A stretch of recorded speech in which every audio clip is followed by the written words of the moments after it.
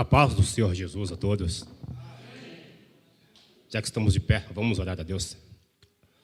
Amado e bendito Salvador, mais uma vez nós te agradecemos pela tua presença em nossa vida.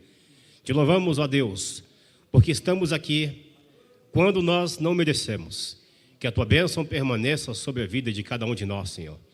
Que o Senhor venha falar aos nossos corações, nos encher com o teu Espírito Santo e que saiamos daqui da tua casa esta noite de posse de vitória para a glória do teu santo nome.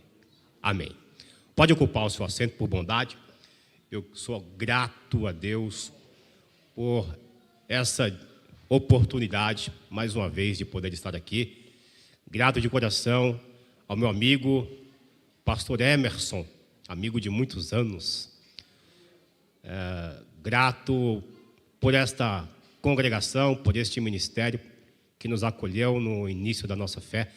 E eu venho aqui, pastor Emerson, e eu me encho assim de, sabe, como poderia dizer, é um certo saudosismo, né?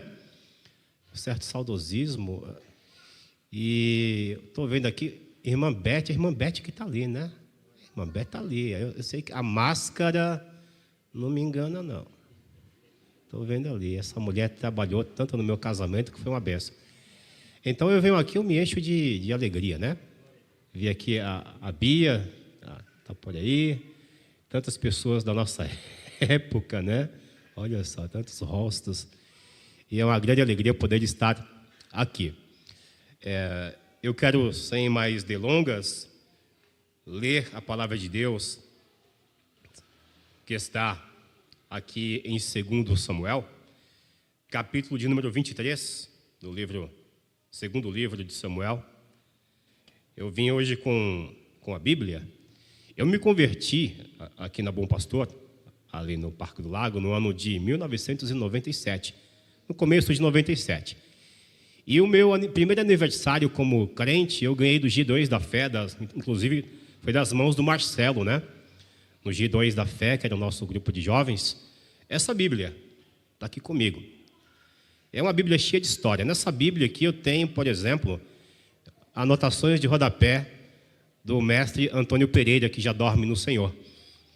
Então eu fiz questão de trazê-la hoje aqui, né, para a gente completar esse saudosismo que é de poder estar aqui com os irmãos. Só faltou poder dar um abraço no pastor Antônio, né, irmã Marli e os demais. Mas leamos então capítulo de número 23, versículo de número 11 e 12, de 2 Samuel, capítulo 23. E diz assim a palavra do Senhor. Depois dele, Samá, filho de Agé, o Ararita, quando os filisteus se ajuntaram em Leí, onde havia um pedaço de terra cheio de lentilhas. O povo fugiu de diante dos filisteus, mas Samá pôs-se no meio daquele terreno e o defendeu, matou os filisteus e o Senhor operou um grande livramento. Queridos, este tempo que nós estamos vivendo é tempo em que nós precisamos, talvez mais do que nunca na história da nossa vida cristã, de estarmos preparados para uma grande batalha espiritual, para uma grande guerra de altíssimo nível, e que somente quem é espiritual está sentindo isso no ar. Somente quem realmente tem aquela sintonia com o Espírito Santo está entendendo o que está acontecendo no mundo. Existe um operário muito grande do anticristo nos nossos tempos e talvez como nunca houve em todos esses últimos 2000 anos, desde que o apóstolo Paulo, o apóstolo Pedro falavam a respeito da manifestação do espírito do anticristo que já estava no mundo desde aquela época. E a Bíblia diz, em 2 aos Tessalonicenses 2,9, Paulo diz que esse espírito, ele já está no mundo e a sua eficácia, a sua vinda, ou a vinda deste iníquo, que é o anticristo, é segundo a eficácia de Satanás. Eficácia é aquilo que funciona, é aquilo que dá certo. Então, quando nós olhamos para o nosso mundo, e nós vemos acontecer tantas coisas ruins ao nosso derredor, vemos tantas coisas ruins acontecendo em nosso país, no mundo, no bairro onde nós moramos, isso não é de hoje que acontece. Há muito tempo já acontece. E por que continua acontecendo? Porque é segundo a eficácia de Satanás, é algo que tem dado certo. E porque tem dado certo, o inimigo, ele continua matando, continua roubando, continua destruindo, continua planejando. Mas só que ele não pode se esquecer que, por outro lado, existe um povo nesta terra, um povo que não pertence a esse mundo, apesar de estar nele, mas é um povo que, enquanto estiver aqui neste mundo, vai lutar pela causa do céu, vai lutar, batalhar pela casa do Evangelho. É um povo que é chamado povo de Deus, um povo que é cheio do Espírito Santo. E o inimigo, ele tem que tomar muito cuidado quando se coloca na frente desse povo, porque esse povo traz na sua vida a marca do Deus Todo-Poderoso, a marca do Deus vivo, o Deus que nunca dorme. O teu inimigo, ele pode não dormir, mas o nosso Deus também, ele não dorme. O teu inimigo pode não comer, o nosso Deus também não precisa comer.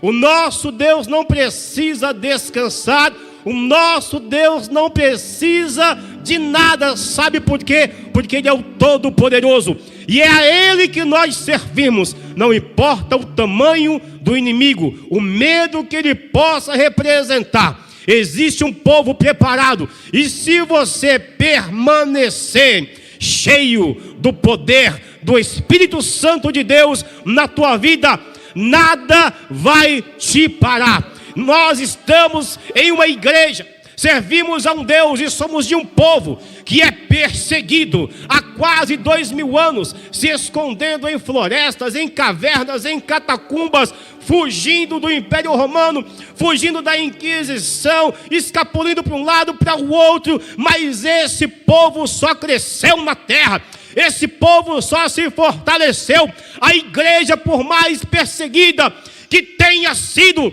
só cresceu no mundo, e você faz parte do povo mais poderoso da terra. Eu fico vendo por aí que existe agora um tal de empoderamento, né? Principalmente no caso das mulheres. Eu quero dizer uma coisa: lugar de mulher empoderada é na igreja. São mulheres cheias do poder do Espírito Santo de Deus. Aqui é lugar de mulher empoderada, é lugar de homem empoderado, é lugar de criança empoderada, lugar de adolescente empoderado, lugar de jovem empoderado, lugar de obreiro empoderado, lugar de um povo empoderado do poder do Espírito Santo. Não é um poder da terra, mas é um poder que vem do alto. E eu quero te falar um pouco sobre um homem chamado Samar. Samar, ele foi um dos 37 valentes de Davi.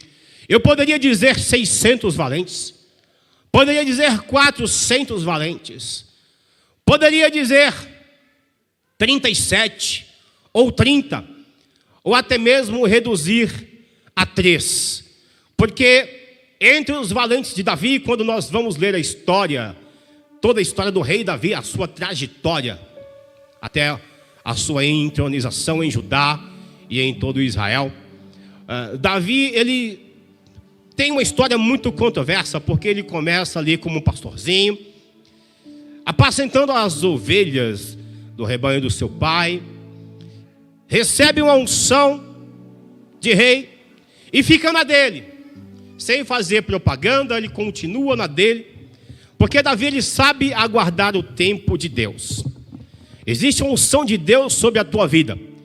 O fato de você não ter começado ainda a fazer aquilo que Deus Ele quer, não significa que você está descartado, mas que tem um momento certo para Deus te usar com muito poder. Talvez você não entenda o que está acontecendo na tua vida, como que a tua vida está sendo conduzida, mas Deus está te preparando para uma grande batalha, e grande vai ser a queda do inimigo, e Deus vai usar a tua vida. E Davi, depois que ele mata aquele gigante Golias, ele tem um problema sério, porque ele mata o gigante de um povo filisteu, que foi o maior inimigo de Israel, o exército dos filisteus, o maior inimigo de Israel. E o rei Saul era medroso, ele morria de medo dos filisteus. Ele tinha um medo dos filisteus terrível, porque os filisteus dominavam a arte da guerra com o ferro. Em uma época em que os hebreus estavam mais acostumados com armas de bronze, ali os filisteus dominavam a arte da guerra com o ferro. Tinham carros de ferro, tinham espadas de ferro, lanças, armas poderosíssimas. E Saul tinha um grande medo do povo filisteu. Um povo que não era palestino, apesar de viver no litoral da Palestina, em 5 tribos: Gaza, Gate, Ecrom, Ascalon, Asdod. E esse povo era um povo da ilha de Creta, que tinha ido para aquela região. Na realidade, os filisteus eram tão audaciosos que eles queriam tomar o Egito. Tanto que quando o povo de Israel, os hebreus, estavam saindo do Egito em direção ao Monte Sinai, Deus ele falou para Moisés não permitir que o povo fosse pelo norte, pela região do mar, porque estava acontecendo uma guerra. E se eles vissem aquela guerra, eles iam se desanimar. A guerra que estava acontecendo era justamente quando os filisteus estavam saindo nas suas embarcações ali da ilha de Creta e indo para o litoral do Egito, tentando tomar o Egito. E Faraó colocou suas tropas para batalhar e expulsou os filisteus para o litoral de Israel, para o litoral da Palestina ou de Canaã. E ali os filisteus passaram a dar muito trabalho, porque os filisteus que viviam no litoral de Canaã estavam o tempo inteiro procurando subir para as montanhas, procurando subir para os montes de Judá, para tomarem os lugares altos, chegarem até o Vale do Jordão, um lugar de muita água doce, subir para o norte de Israel, conquistar a região do norte, onde havia o mar da Galileia, e se estabelecerem por ali. Porém, Deus, ele levanta Davi do anonimato, do meio do rebanho das ovelhas. Alguém totalmente fora do padrão. Fora do padrão. Davi não tinha grande estatura. Davi não vinha de uma família de guerreiros. Muito pelo contrário, ele tinha, na história da sua família, ele vinha de uma linhagem de uma mulher que era prostituta, que era Raabe. Mas, além de uma moabita chamada Ruth, era ruivo, por isso ele era estigmatizado pelos hebreus, devido ser ruivo, e não estava na idade adequada para a guerra, para o alistamento militar, o contrário de seus irmãos, que estavam no arraial do filisteu. Mas, quando Davi, ele toma a decisão de lutar contra o gigante filisteu, e como vocês conhecem a história, ele derruba o gigante Golias, mata o gigante Golias. A espada de Golias, que não era uma espada pequena, ela foi guardada na cidade de Nobe pelo sacerdote, ficou ali com o sacerdote Aimeleque em Nobe, guardado em um canto ali com os sacerdotes. E a partir de então, Davi começa a passar por grandes dificuldades, porque ele ganha popularidade, simplesmente porque ele havia protegido Israel do filisteu. Uma coisa totalmente injusta. Quantas vezes que nós somos perseguidos injustamente? Quantas vezes você é perseguido ou perseguida por fazer algo bom. E as pessoas não compreendem e acham que você está querendo se aparecer porque você quer ser um bom músico, por exemplo, né? Você quer ser um bom instrumentista e você, muitas vezes, vão olhar para você e dizer, mas ele está querendo se aparecer. E você só quer fazer o melhor para Jesus. Mas você acaba sendo alvo de apontamentos. Muitas vezes você quer ser o melhor pregador, falar bem, pregar bem, porque o reino de Deus merece, porque o evangelho merece, porque vocês, a igreja do Senhor, merece. Mas sempre levanta alguém com espírito de inveja, alguém que não tem a mesma coragem de enfrentar o que você está enfrentando. E essa pessoa, ela passa a te atacar. E é uma grande injustiça. Davi estava sendo perseguido simplesmente porque ele fazia o bem, simplesmente porque ele livrou a Israel. Alguns chegaram ali e tentaram louvar Davi pelos seus feitos, mas aquilo não subiu em seu coração, não subiu no coração de Davi, mas subiu no coração de Saul. E Davi passa a ser perseguido pelo rei Saul. Ele vai ser protegido pelo Jonatas, vai ser protegido pela Mical. Ele passa a fugir porque Saul quer matá-lo. E Saul, no capítulo 22 do primeiro livro de Samuel, ele se vê obrigado a esconder-se em uma caverna que ficava em Adulão.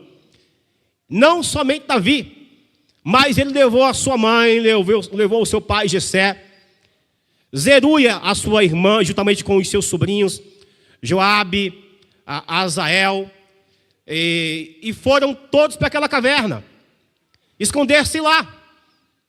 E, de repente, Davi com a sua família, com a sua irmã, com seus irmãos, escondidos na caverna de Adulão, algumas pessoas ficaram sabendo que Davi estava ali e começaram a fluir para aquela caverna de Adulão.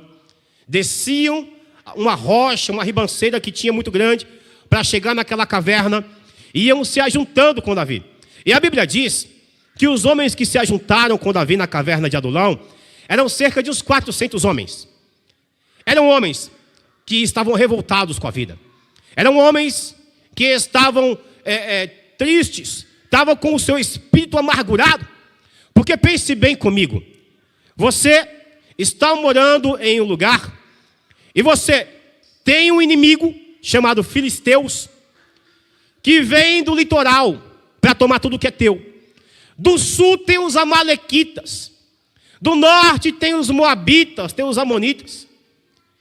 E, de repente, quem deveria te proteger da segurança, que é o rei com os seus soldados, o rei, ele é tal qual são os inimigos. O rei tem medo de enfrentar, o rei não vai para cima, o rei não protege. Mas sabe, irmãos, o nosso Deus, ele tem a pessoa certa para o momento certo.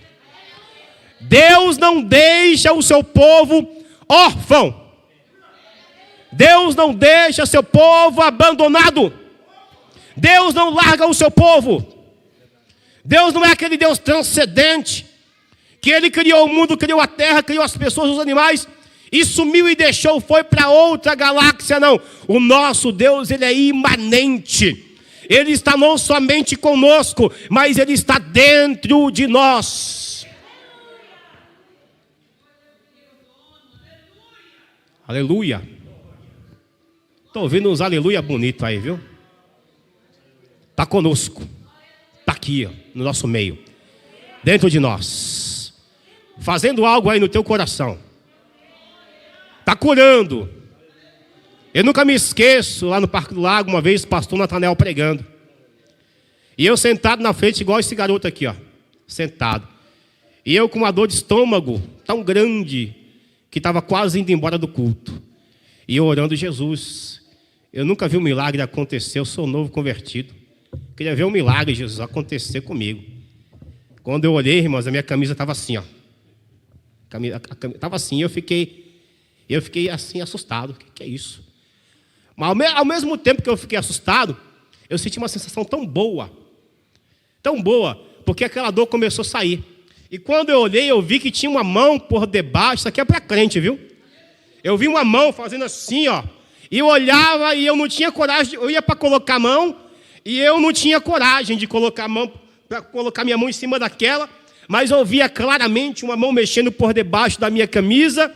E eu olhava assim e aquela dor foi embora. Quando aquilo desapareceu, eu corri lá para contar para o pastor Natanael. Foi um grande milagre que Deus fez na minha vida. Eu não sei qual é o teu sofrimento, não sei qual que é a tua enfermidade, qual que é o teu problema, mas o Deus, Ele não mudou, Ele é o mesmo. Basta você crer. Basta você crer.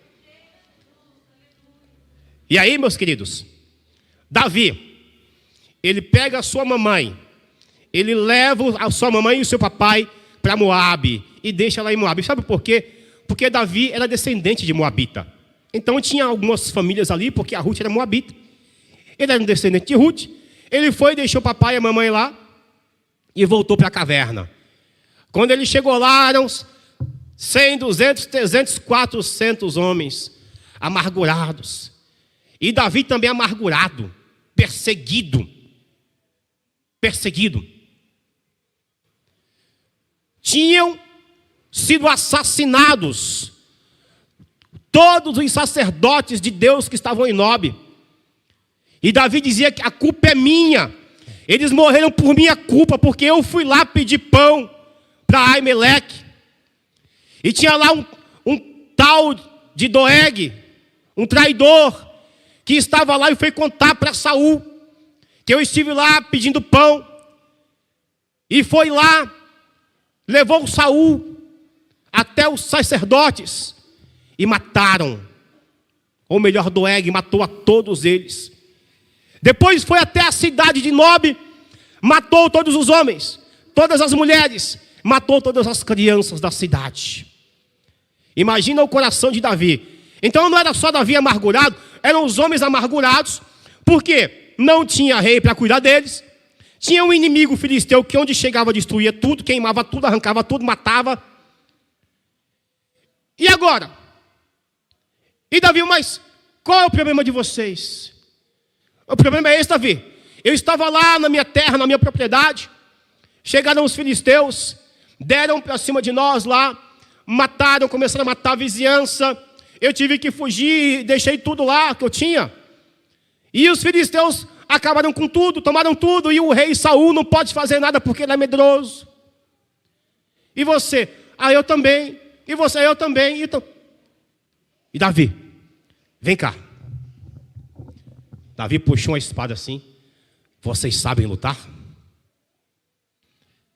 Porque se vocês não sabem lutar, eu vou resolver esse problema agora com vocês. Irmãos, você está no lugar certo. Você está no lugar certo. É aqui que você aprende a lutar. É aqui que você aprende a batalhar. Nós somos conhecidos por aquilo que nós combatemos. É aquilo que você combate que vai mostrar quem você é de fato. O que é que você está combatendo? O crente, ele é perseguido porque ele combate o pecado. Porque ele combate a mentira. Porque ele combate o diabo. Então ele é retaliado por conta disso. Quando ele é retaliado, isso é bom. Porque ele está sendo visto.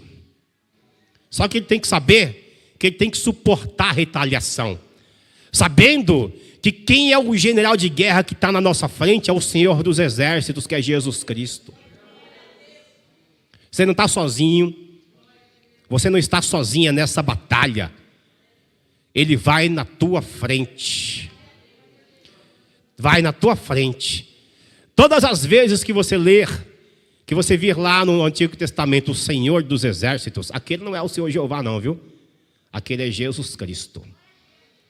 Como ele aparecia no Antigo Testamento. E lá no capítulo 20 de Apocalipse, quando ele retornar, no capítulo 19 de Apocalipse, vai estar escrito na sua coxa, Rei dos Reis, Senhor dos Senhores. Porque ele, no Antigo Testamento, ele vinha como o Senhor dos Exércitos. Há 2000 anos atrás, ele veio como homem e morreu na cruz. Mas só que ele não deixou de ser o Senhor da guerra. Ele virá. Só que tem uma coisa. Ele não vai vir escrito Rei dos Reis, Senhor dos Senhores, para nos buscar, não. Porque ele terá nos buscado aqui 7 anos antes. Nós desceremos com ele para salvar Israel lá na grande tribulação. Nós desceremos voando com ele. Ele na frente, como montado no seu cavalo. Na sua coxa escrito Rei dos Reis, Senhor dos Senhores. E a igreja do Senhor seguindo junto com os anjos para a grande batalha, para nós vermos a batalha do nosso Rei e Salvador Jesus Cristo. Aí Davi começou a treinar os homens. Eu vou treinar vocês. E aqueles homens começaram a andar com Davi para todos os cantos. Daqui a pouco de 400 já eram 600 homens. Porém desses 600, ele separou os melhores, que seriam os seus capitães, que seriam a sua tropa de elite. Eram 37 homens, chamados de os 37 valentes de Davi. E esses homens, Davi havia prometido a eles, que quando ele chegasse ao reino, ele iria abençoar estes homens fiéis com ele, que lutaram com Davi, que batalharam com ele ali quando ele estava enfrentando os inimigos, quando ele estava fugindo de Saul, quando ele estava indo livrar a cidade de Ziclag da mão dos amalequitas. Eles estavam juntos, sofreram juntos, choraram juntos, mas receberam a vitória juntos. Sabe por quê?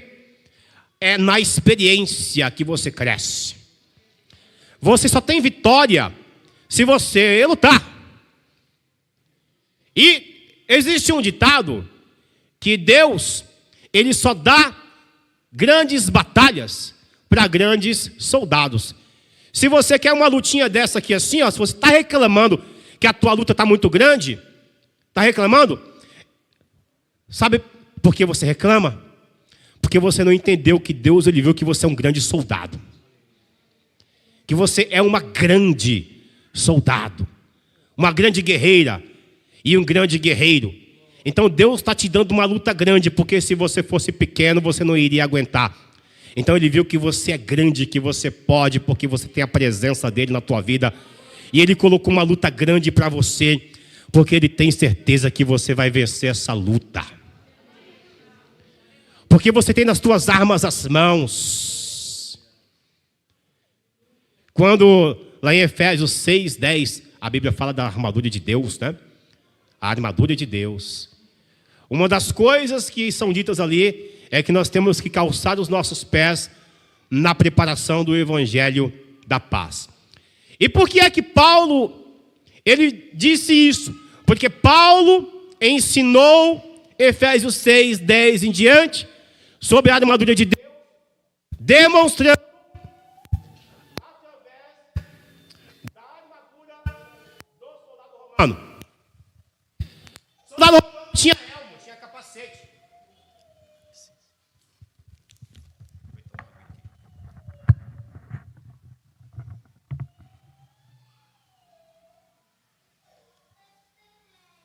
O soldado romano tinha elmo.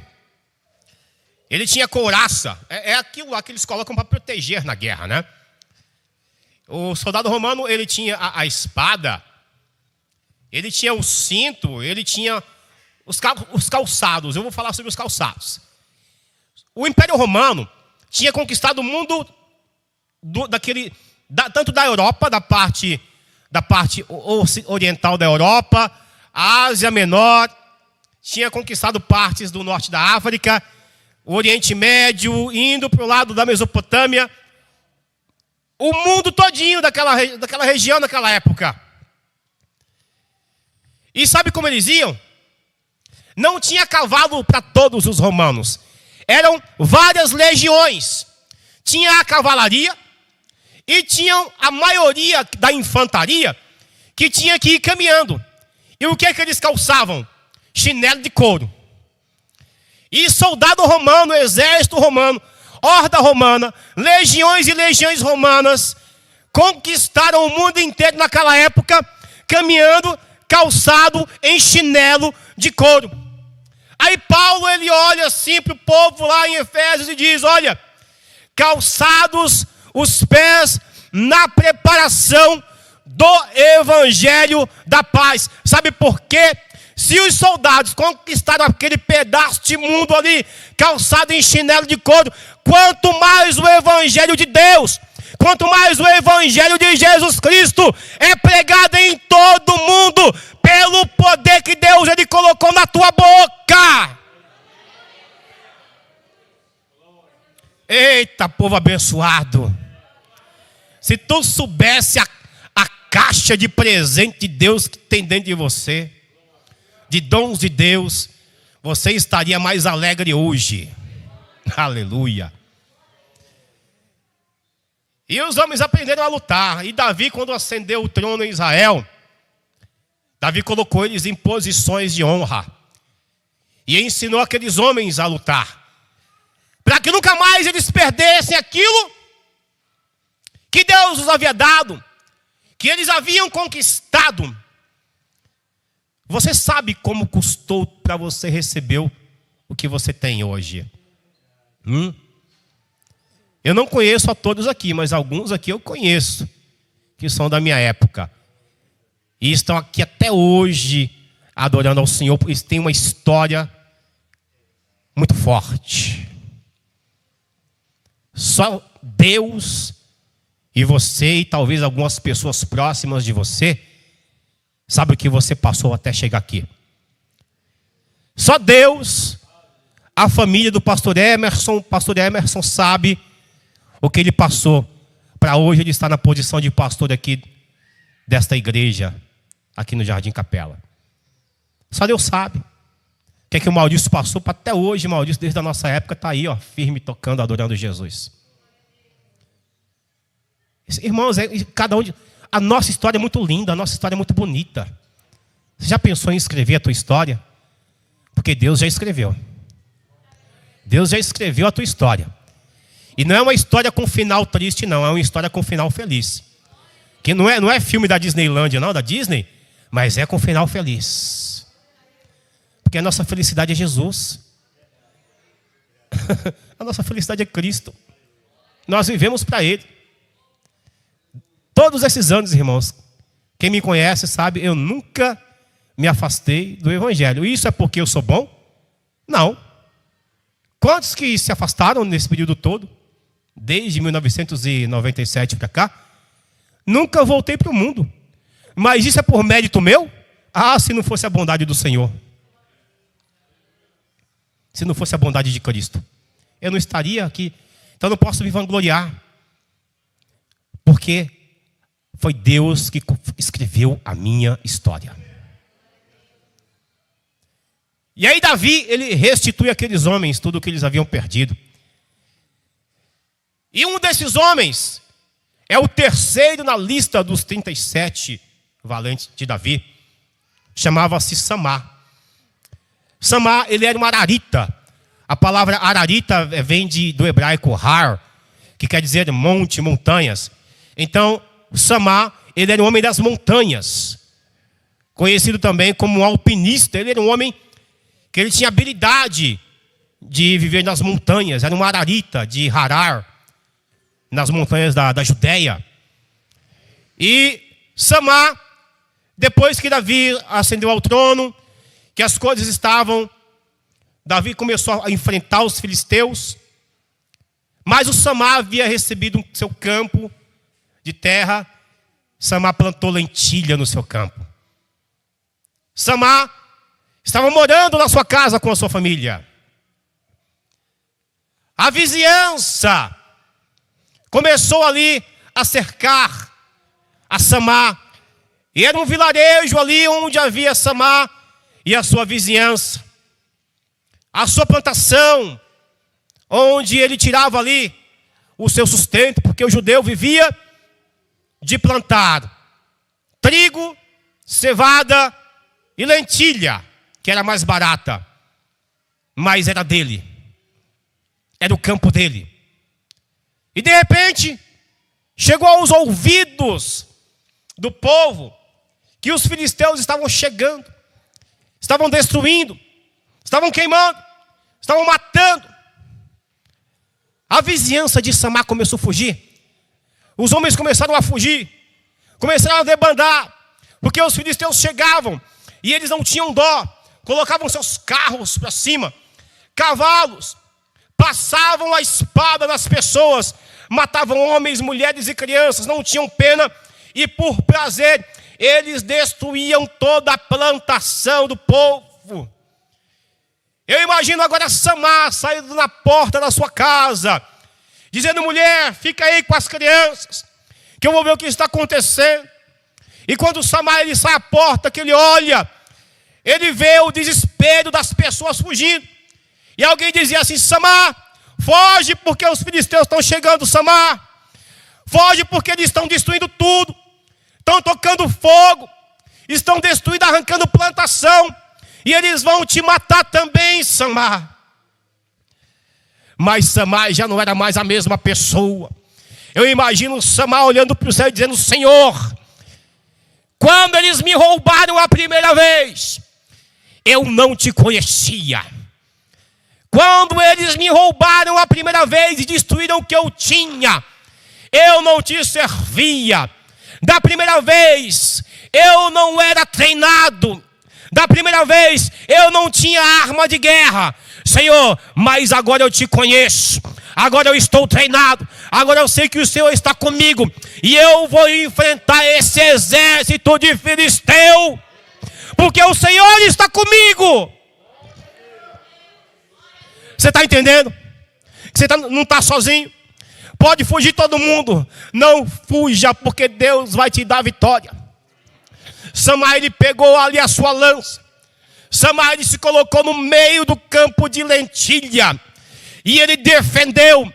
E pelo poder de Deus, ele derrubou todos os filisteus que vieram tomar a sua propriedade. E não deixou roubar o que é dele.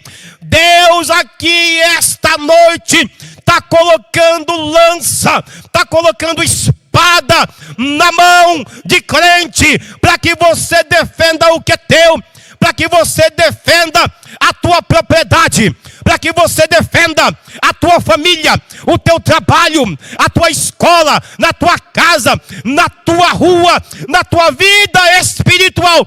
Defenda aquilo que Deus te deu. Eu quero chamar aqui à frente só aqueles, com licença do pastor Emerson. Só quem tem um campo de lentilha para defender. Só você que tem um campo de lentilha para defender. Qual que é o teu campo de lentilha? Eu preguei essa palavra tem uns 4 anos. Numa congregação que eu dirigi. No Vale Verde. E eu preguei essa palavra e fui embora. Depois de algum tempo, quando eu voltei lá, que já não estava mais dirigindo a congregação. Quando eu voltei lá, pastor Emerson, uma irmã me procurou e falou: pastor Mateus, eu estava para perder a minha casa. Estava para perder na justiça. E não tinha mais o que fazer. Mas eu tomei posse daquela palavra. E eu me senti o Samá. Eu me imaginei com uma lança na minha mão, no meio da sala da minha casa. E ali era o meu campo de lentilha. E eu percebi quando o inimigo, ele estava chegando para tomar o que era meu. E eu batalhei com a arma que Deus me deu, com a arma da fé. O Senhor está colocando arma poderosa na tua mão. Aguarde, pastor Emerson, porque os testemunhos vão chegar aqui. Filisteu vai cair por terra. Ai, xarabacô, mandalabachorianda. Fala com ele aí agora. Fecha os teus olhos, fica de pé, irmãos, em nome de Jesus, por gentileza, você que está aí. Estende tua mão para cá. Talvez, eu duvido quem não tem um campo de lentilha aqui para defender, eu duvido. Mesmo que você não queira vir aqui na frente, mas levanta a tua mão pela fé aí que você vai receber também. Aleluia. Esse é o povo de Deus. Eu vejo aqui não 3 valentes, nem 37, mas eu vejo aqui uma igreja valente. Eu vejo uma igreja aqui equipada com as armas do céu, as armas de Deus. Antes você não era. Fala pro diabo assim: olha, diabo, eu não estava preparado naquela vez, mas agora eu estou preparado para a batalha. Sai da minha frente, porque a vitória é minha. E aqui tu não pisa não, e se pisar vai cair por terra. Aleluia. Aleluia. Fecha os teus olhos. Estenda a tua mão para o alto agora. E veja a queda do inimigo. E veja a queda do filisteu. E diga: essa propriedade é minha. Essa família é minha. Esse trabalho é meu. A saúde é minha. A vida é minha e Deus me deu para a glória dele.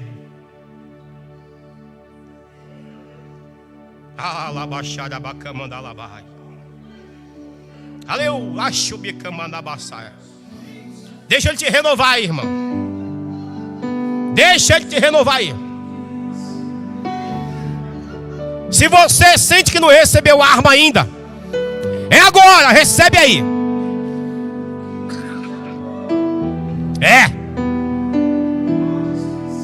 É hoje. É hoje dia de sair equipado, irmãos.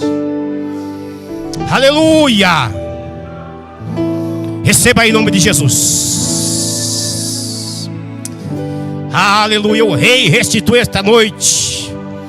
O rei te ensina a segurar a espada. O rei te ensina a lançar a lança. O rei te ensina a batalha para você ter vitória. Ô glória! Ô glória!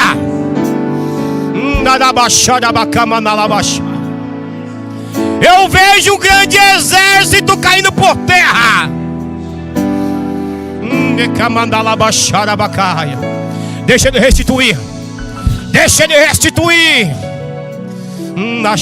Você não vai sair daqui esta noite como você entrou não, viu? Vai sair diferente. Vai sair mais forte.